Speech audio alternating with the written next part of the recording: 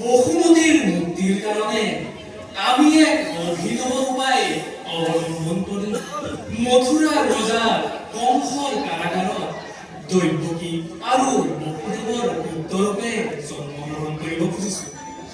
আমাৰ যি সময়ত জন্ম হ'ব ঠিক সেই সময়তে বকুলক নন্দৰ গৃহত যশোদাৰ গৰ্ভে যুগ মায়াৰো জন্ম হ'ব। দুষ্ট কংসৰ ভয়ত বসুদেৱে আমাক নি বকুলক থৈ আহিব আৰু আমাৰ পৰিৱৰ্তে যুগ মায়াকাৰী দৈৱকীৰ কোলাত ৰাখিব। দুৰন্ত মাতুল কংসই আত্মৰক্ষাৰ হেতু যুগমায়াক দৈৱকীৰ অষ্টম সন্তান ভাবি আচাৰি বধ কৰিবলৈ উদ্যত হ'ব।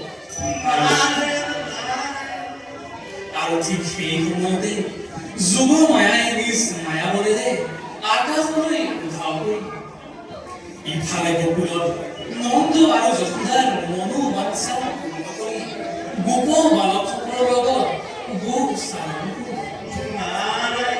তাৰ পাছত শৰতৰ পূৰ্ণিমা ৰাত্ৰি ব্ৰজনগণসকলক লগত লৈ যমুনাৰ বালিত ৰাসক্ৰিয়া সমাপ্ত কৰি তাৰ পাছত মথুৰালৈ ঘূৰি আহি নিজ হাতে দুষ্ট কংসক বধ কৰি আৰু এই কাৰ্য তোমাৰ বিনা অতি প্ৰয়োজনীয়।